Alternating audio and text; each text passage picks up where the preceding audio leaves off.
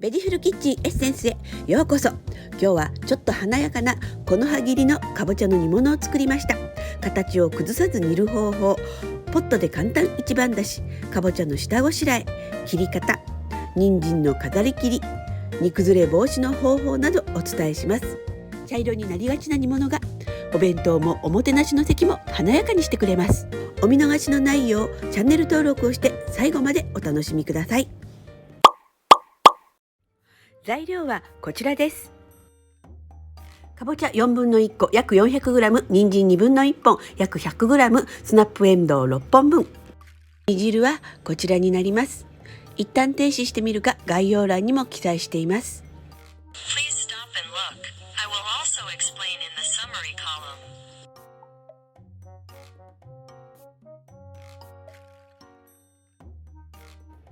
ポットで簡単一番だしをポットで取る方法です。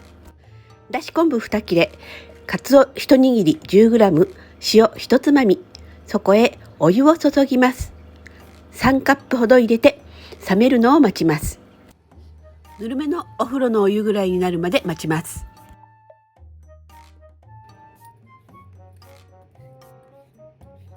かぼちゃの綿と種はスプーンを使ってきれいにかき出しておきます。スナップエンドウは鼻落ちの方から筋を取り除きます。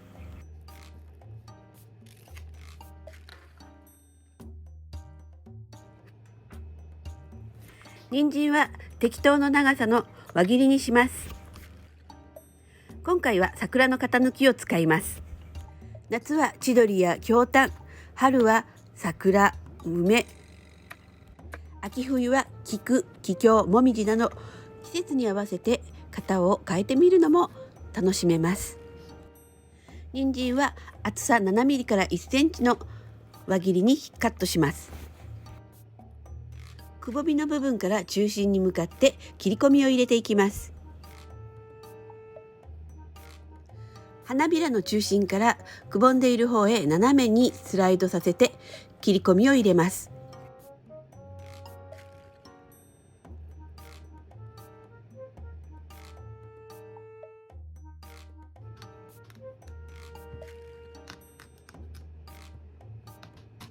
かぼちゃをカットします。硬くて切りにくいのでテコの原理を使います。包丁の先端をまな板に当て、先端に力を添えてカットします。大きさはだいたい揃えて同じ大きさになるようにカットしていきます。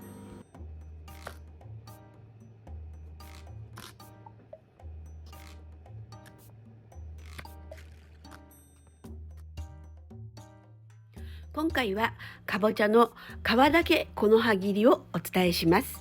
かぼちゃごと葉っぱの形にすると食べれる部分が少なくなってしまうので、皮だけを葉っぱの形にします。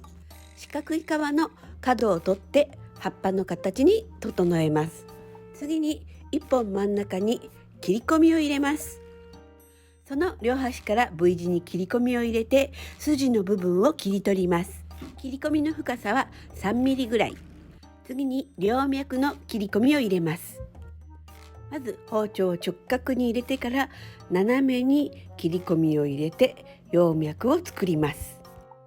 反対側も同じように3箇所切り込みを入れます。包丁の刃元、顎をうまく使うのがポイントです。完成です。ちょっとひと手間で華やかな煮物になります。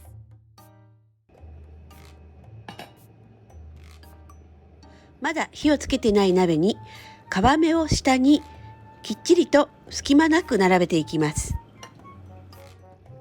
だし汁をかぼちゃがかぶるぐらい入れます。きび糖を入れます。蓋をして火にかけます。煮汁が温まってきたら火を弱めます。中弱火です。待ち時間でスナップエンドウを蒸し茹でします。塩1つまみと大さじ3杯のお水を入れて蓋をして蒸し茹でにしてすぐに取り出します。みりんを加えます。酒も加えます。最後に醤油を加えます。人参を加え落とし蓋をして煮ます。とろ火でコトコト長時間煮込むと煮崩れてしまうので、中弱火で短時間で煮込みます。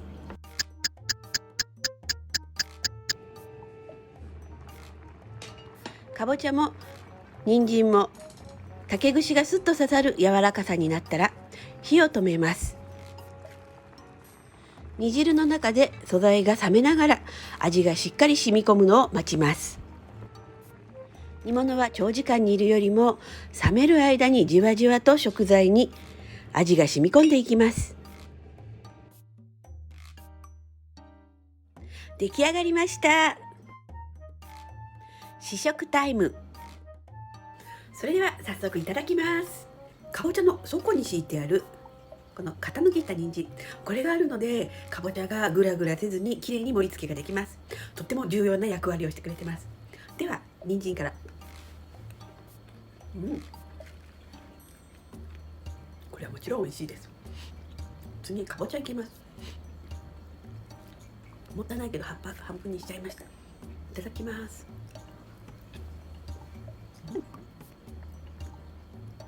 不北です。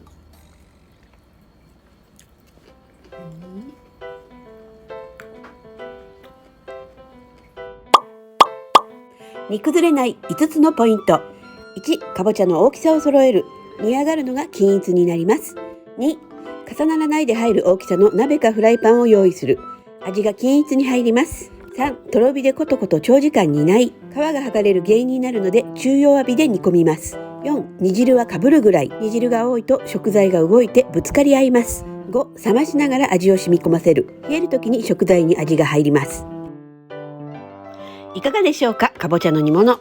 茶色になりがちな煮物でおもてなしやお弁当が華やかになりますね。かぼちゃごとこの葉型にすると使えない部分が増えますが、これならエコで華やかになります。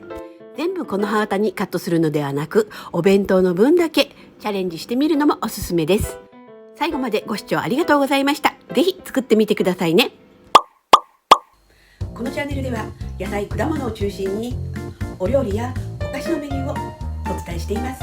日本人はお野菜が約 70g 足りてないと言われています。少しでも野菜果物を生活の中に取り入れて健康的に過ごせるお役に立てればと思っています。ぜひチャンネル登録をしてお楽しみください。毎週土曜日夜8時エッセンスで全員集合ということで、毎週同じ時間に配信しています。お見逃しのないようにチャンネル登録をしていただけると嬉しいです。 YouTube の他にも Instagram、Twitter、ブログ、TikTok なども配信しています。よろしければシェアいただけると嬉しいです。最後にいいねを押していただけると大変励みになります。よろしくお願いします。それでは今日も動画のご視聴ありがとうございました。また次の動画でお会いしましょう。では。